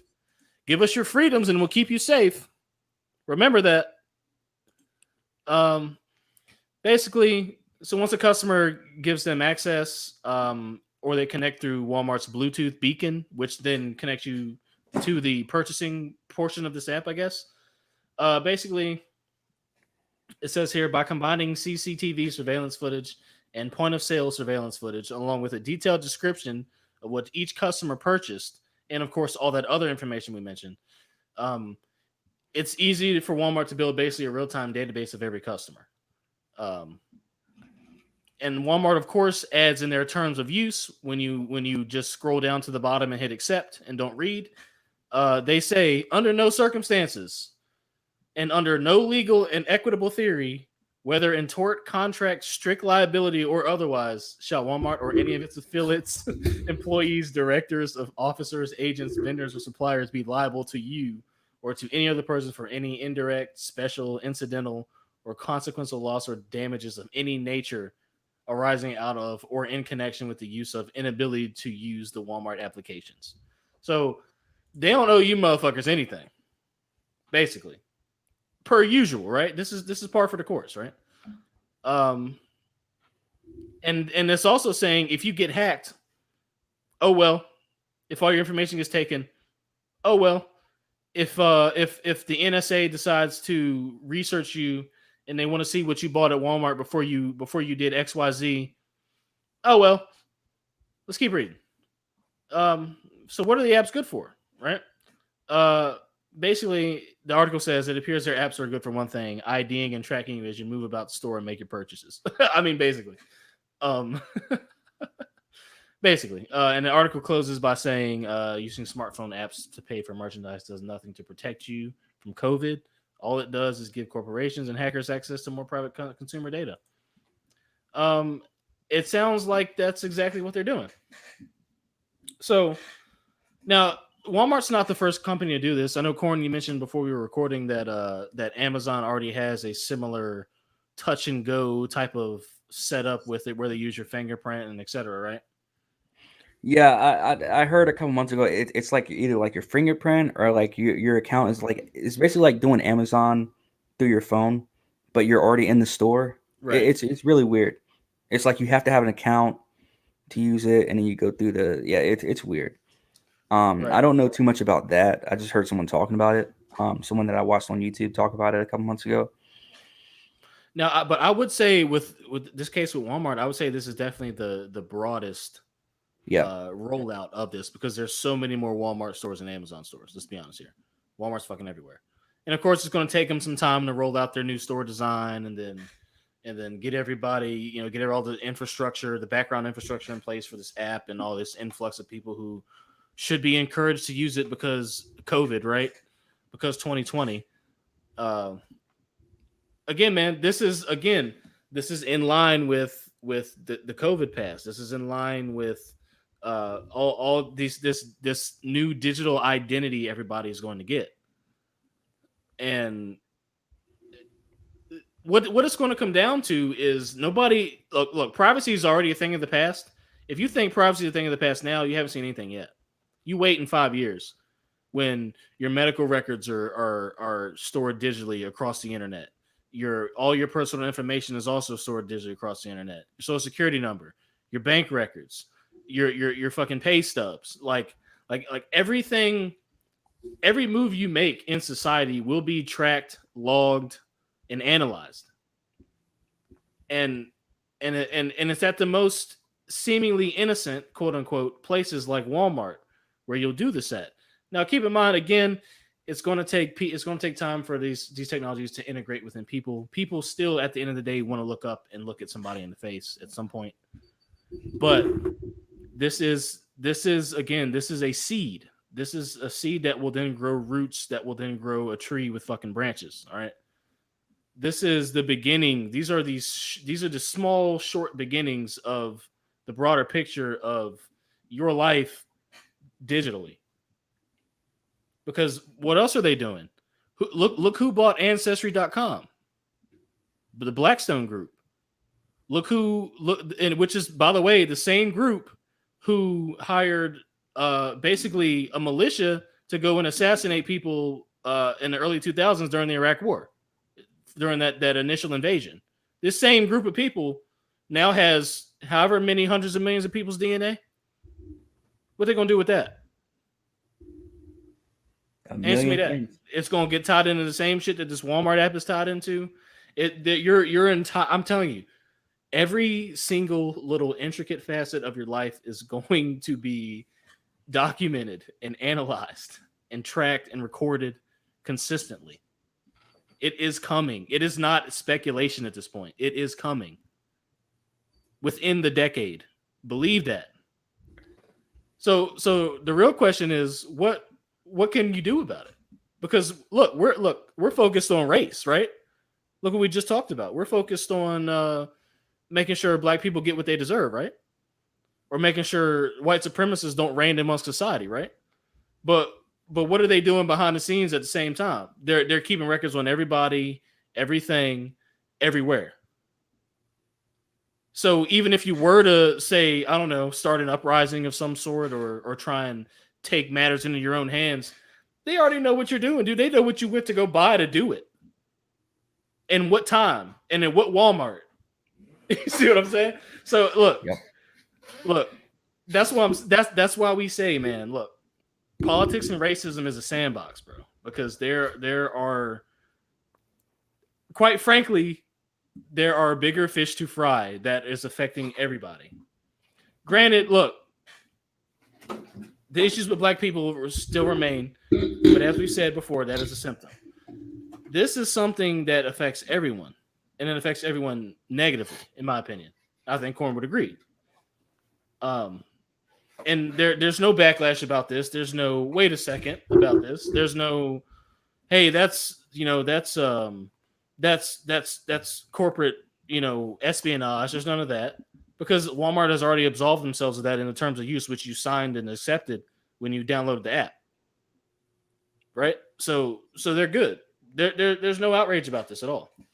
But again, people don't care because they're like, oh well, I don't do anything, right? I don't.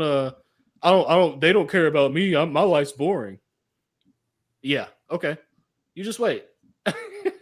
You just wait until that information is needed to see if you got your COVID vaccination or not, and that's just a start. But Corn, you got anything you want to say about it, man? I'm conflicted on this, man, because much like the majority of the world, like not even the world, but the majority of like just our society here in America is like, there are things that I want to do that COVID is preventing. There's things I want to enjoy that COVID has prevented. I mean, the movies is the biggest, probably the biggest one in terms of like entertainment that I want to enjoy,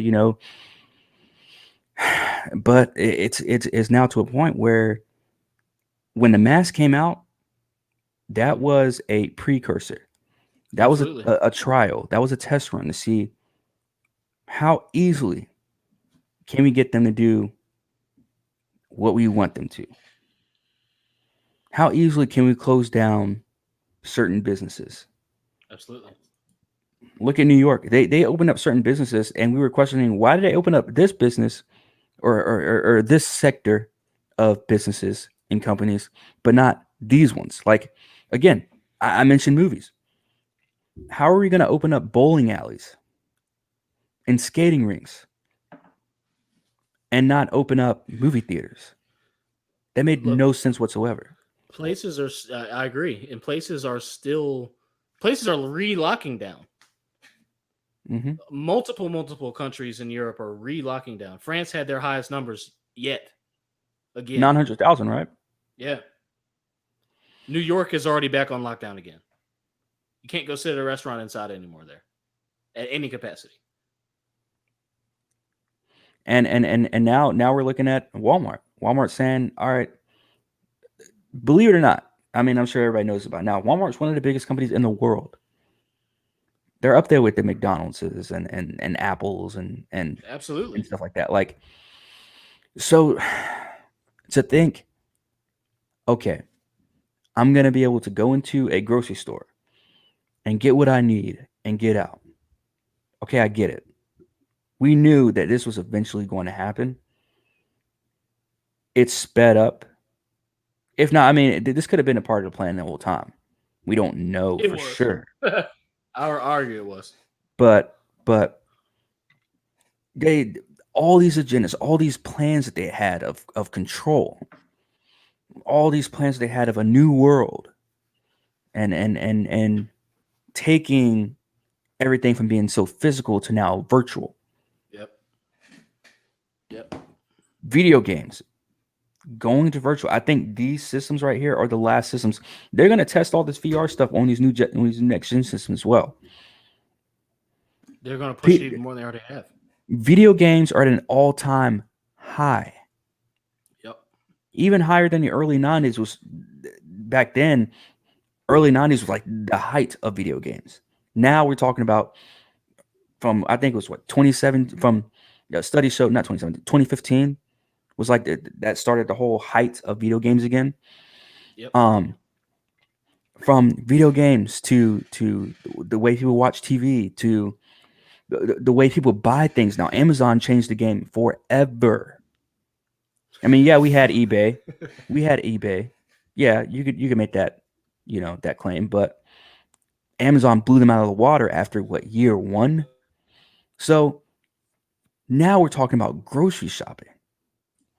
Now we're talking about Walmart. And you think if Walmart's going to do it, then Target's going to do it. Your local. My question is, how is this going to affect farmers markets? How is this going to affect the people that actually go out and actually physically get their groceries from not even these main chains, but from the smaller businesses, from your mom and pop farms and stuff like that? Like, how is this going to affect that? I'm kind of curious. That was one of the arguments. So I actually saw a documentary a long time ago about Walmart opening stores in small, basically communities, really, really small cities, and I don't even want to call them providences, but just like small unincorporated land areas and stuff like that.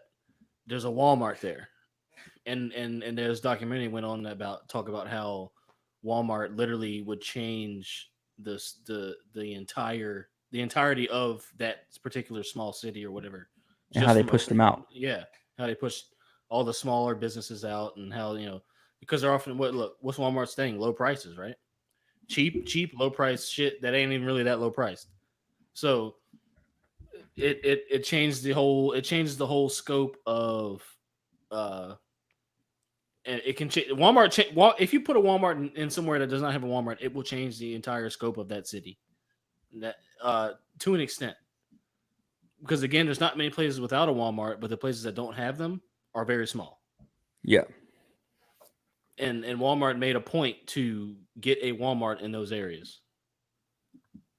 And it basically, this documentary basically argued that Walmart was, controlling those entire cities. They literally have that. They literally have that power. Like I know that I remember Adam telling me that he learned in college when he was in college that they had to learn in one of his classes about how Walmart pushes out these smaller companies and pushes out the farmers, the quote unquote farmers markets and stuff like that. And I had to learn on my own working for Walmart. I worked for Walmart for a year at the distribution center, and how we would have these meetings about how they're like, oh, we got to beat the competition no matter what. Because at the end of the day, it's about money. At the end of the day, it's about not just money, but control. Yep. It's Walmart is making all the money in the world, more money than they know what to do with. Now they're like, okay, we got all the money, but we know how successful people think. And I'm not saying that we've been super duper successful, but we've all been somewhat successful in different fields, in different career fields, and in different aspects of our life. And then we know that, you get a little bit of, we want more. You never really get satisfied with being successful. Let's be real. We're all human. We have that feeling. Walmart is changing the game. Yep. For good. we talked in a previous cast about Walmart's deep dive into the tech world.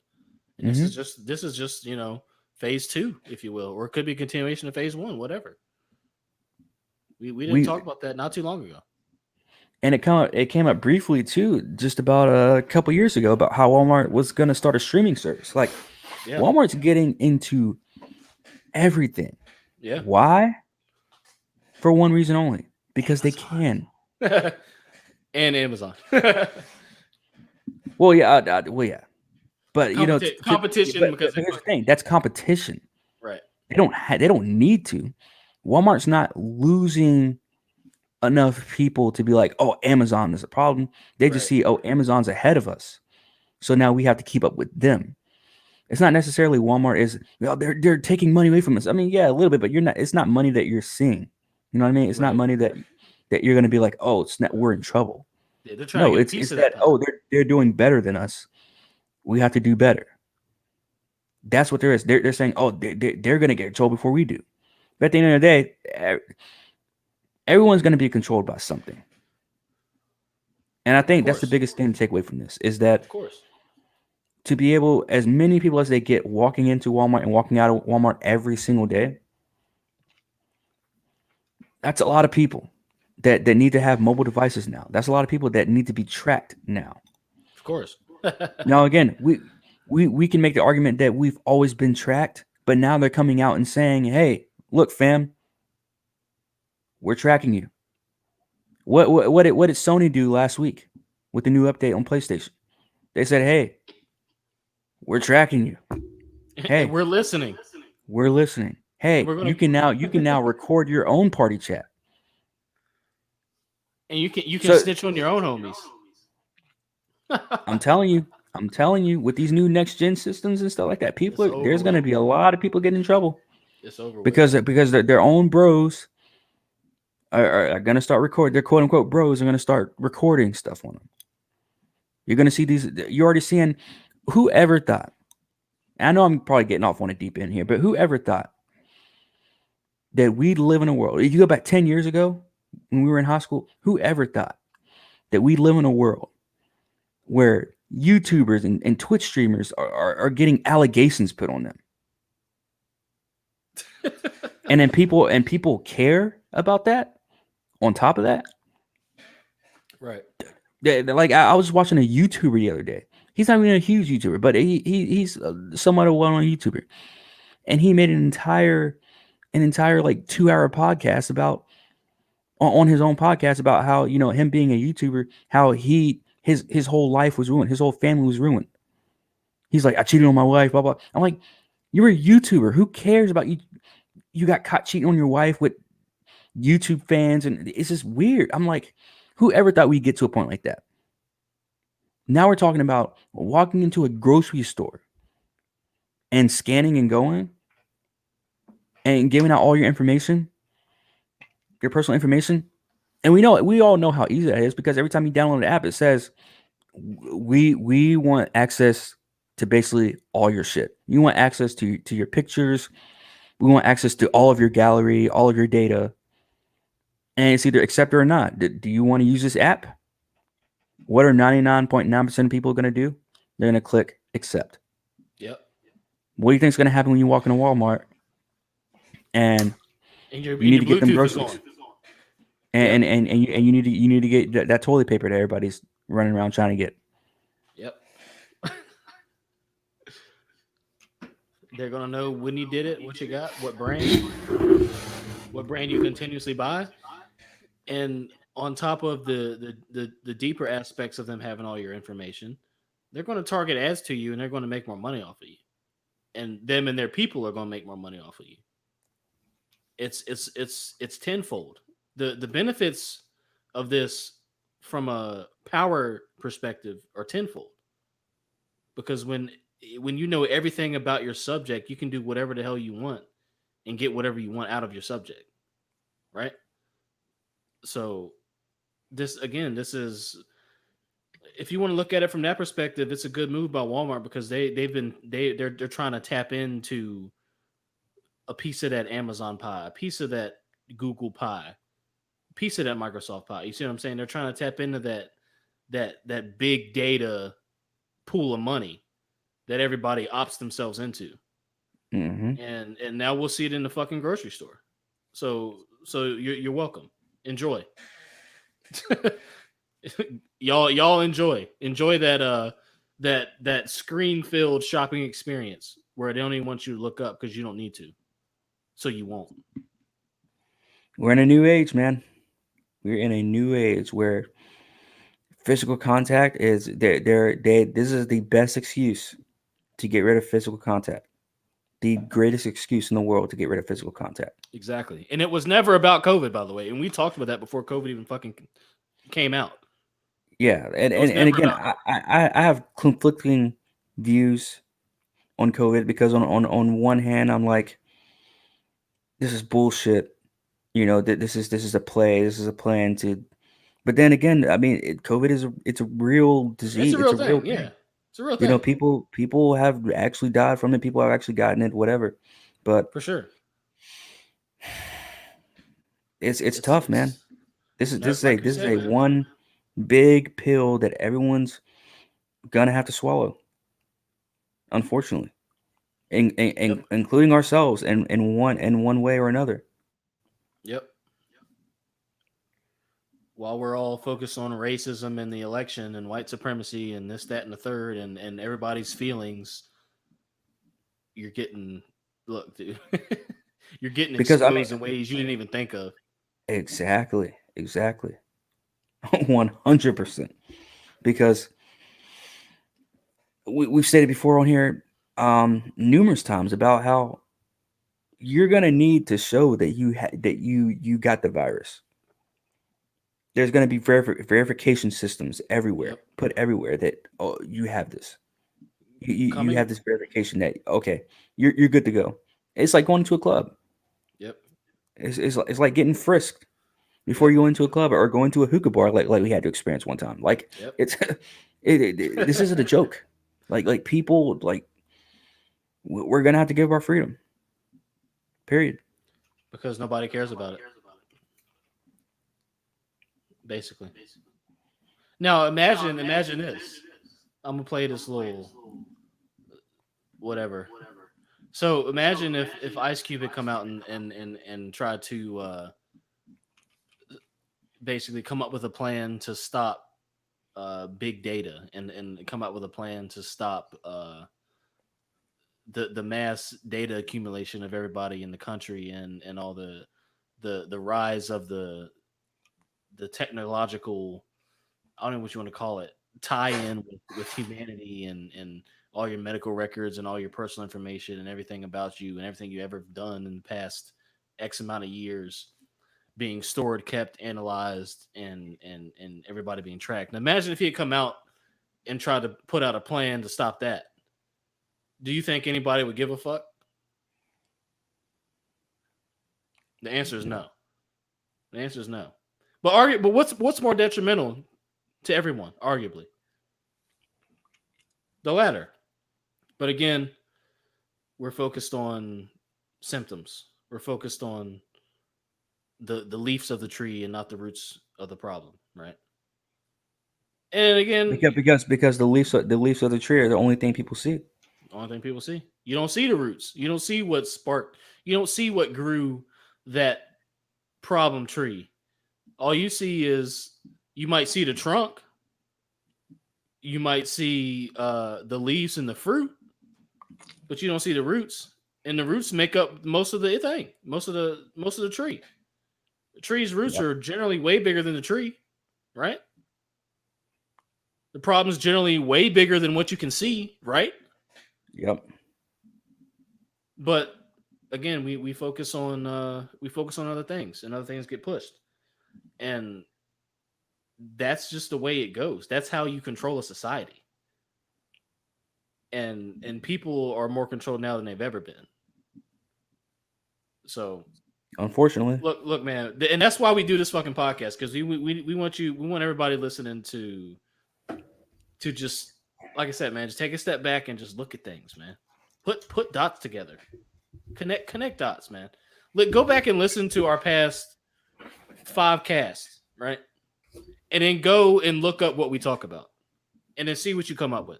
Just go and Google search it.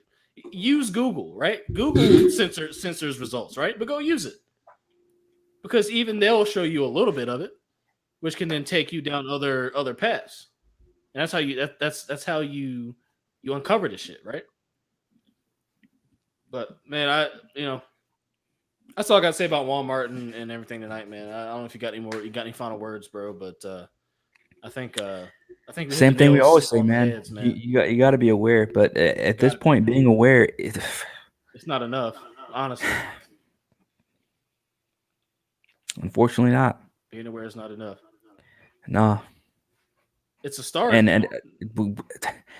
yeah, It's a because start, but again, man. I mean, how did they get us? It's tempting. It's you can't. And I use the movies as an example because it's something that I love. I've always, I mean, you know me. New movie comes out, I'm there the first night it comes out. You know, and now it's going to get to a point where it's like you can't go to the movies unless you got this, you got this card, or you got this chip, or you got this on your phone. I'm telling you, it's a fast track from what's easier access than phones. What's easier access than phones? a chip. Implants. Implants. Because they're doing all this stuff with phones now. But 5 years from now, all it takes is for someone like, someone like Google or someone like Walmart to say, Yeah. oh, now instead of phones, instead of carrying around your phone in your pocket, your hot phone, because phones can break easily, you can have glitches, blah, blah. There are data breaches. So now I guarantee you, and I'm calling it right here on Contemporary Comrades, Uh-oh. whether it's going to be a year from now, 6 months from now, 6 years from now, where they're gonna say, oh, well, we've had so many breaches in people's phones, and people have we've noticed 6 years later that people's phones are being hacked into, and their data, all their data is being hacked into, and people's accounts are being hacked into, and people losing money and losing their phones, and all your money is in your phone now, and now we're gonna come out with these implants because it's an easier way and nobody can hack into it and nobody can do this because they're gonna have to go into your body and do it and blah blah blah blah whatever. Oh, and we've got this great 5G network, which will then keep you connected so you can get updates and security patches and everything else, right? Through Because your the ultimate goal is to body. keep you safe. Through your Through body. your body. And look, Huawei, the Chinese phone manufacturer, just stockpiled millions of 5G microchips. Gee, I wonder why. I'm calling it right now. They're going to say, oh, there's a breach in people's phones. People's phones are being hacked into. Now you can just put this chip in your body and you've got all these sources. And then it's going to be the little contacts. I mean, we've seen it in the movies, right? Movies don't lie eventually, right? Essentially. Facts. What I believe is what you see being put in these movies. Ready Player One. Yep. Ready Player One was a great example of how video games are going to be in the future. Yep. And if you don't want to go watch a 2-hour movie about that, then go watch Black Mirror, and it'll tell you exactly what's going to happen. Yep. And how many Because times has Black Mirror been proven right? Phones will be obsolete, and then it's going to be put into your bodies. And once shit is being injected into us, i.e. viruses, or I'm sorry, not viruses. Well, I guess you could probably call it a virus, but vaccines. Yeah, it's going to be the end for humanity. That's the cold hard truth, folks. That's my gem for tonight. That's the cold hard truth, man. If not one of them. One of the many of tonight from you, and I think I dropped a few there as well. You got anything you want to say, man, before we close this thing out, man? It's been a great cast, man. No, man, I've said what I needed to say and more. Yeah. Anything you want to plug, man? Obviously half-ass pod. Again, I know I keep saying stay tuned, but stay tuned. again, I'm still trying to reach some people for interviews and stuff. It's tough out there. It's tough out there being an interviewer, and also trying to run your own channel with original content as well. Well, I guess that is original, but other original content as well. But stay tuned. Half-Ass Pod is still thriving. Go ahead, go over there, subscribe, all that good stuff. I got so many gems, so many great videos, great interviews, and just overall great time with some broskies, Jaren included, obviously, and guests and stuff like that. But yeah, and also here in a couple months, stay tuned. Connor and I are gonna do something on Half-Ass Pod. We're cooking a little something up on reviewing albums of our favorite albums of the year that come out in 2020. So stay tuned for that. We're going to be doing a year in review in terms of music. So stay tuned for that as well. That one is definitely going to happen in December. So stay tuned. Yeah, I'm gonna tune into that one as well, man, for sure. And again, man, I don't really have anything else to plug, man. Just like, subscribe, interact, follow us on IG at Contemporary Comrades Podcast. We post there fairly regularly. We got some stuff in the works behind the scenes, man. We got some intros coming. We got some fire content coming. And also next week's cast, make sure y'all tune in to that, because we're going to talk about essentially the upcoming election. We're going to talk about, I'm just give you a little preview. We're going to talk about the upcoming election, because at that point it'll just be the following week. We're going to talk about some civil unrest simulations, and we're going to dive into what is the Great Reset and who named it that, and what's the goal with that. So we're gonna get into that, man. So y'all make sure to stay tuned next week for the live. Of course, we're gonna drop a truth nugget as well. We're trying to put out 2 videos a week just to get get everything popping over here, man. So make sure y'all. And also check out Powers of 10 as well. Yes, and check out Powers of 10, man, because that was a cool little video. Like I said, it was definitely 7th grade sciencey, but I think it highlighted some cool shit, man. So y'all should check that out too. Man, but it's been a great cast, Corn. I think we're gonna lead him out with a little bit of Village Arts. What do you think, man? Oh yeah. So look, if y'all still listening, jam with us. If not, it's been the Comrades. It's Heavy J. It's Corn. Peace. I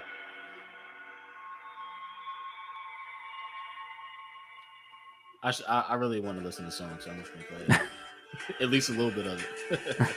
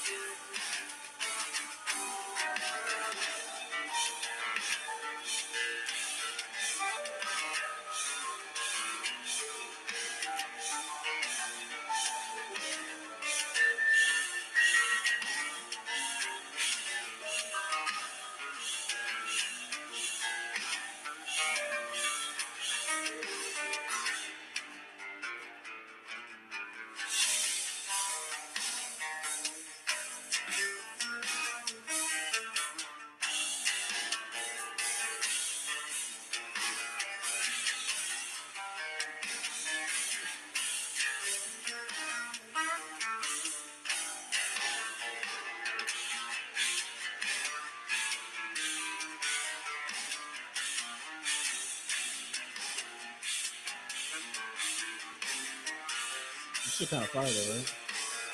Yeah.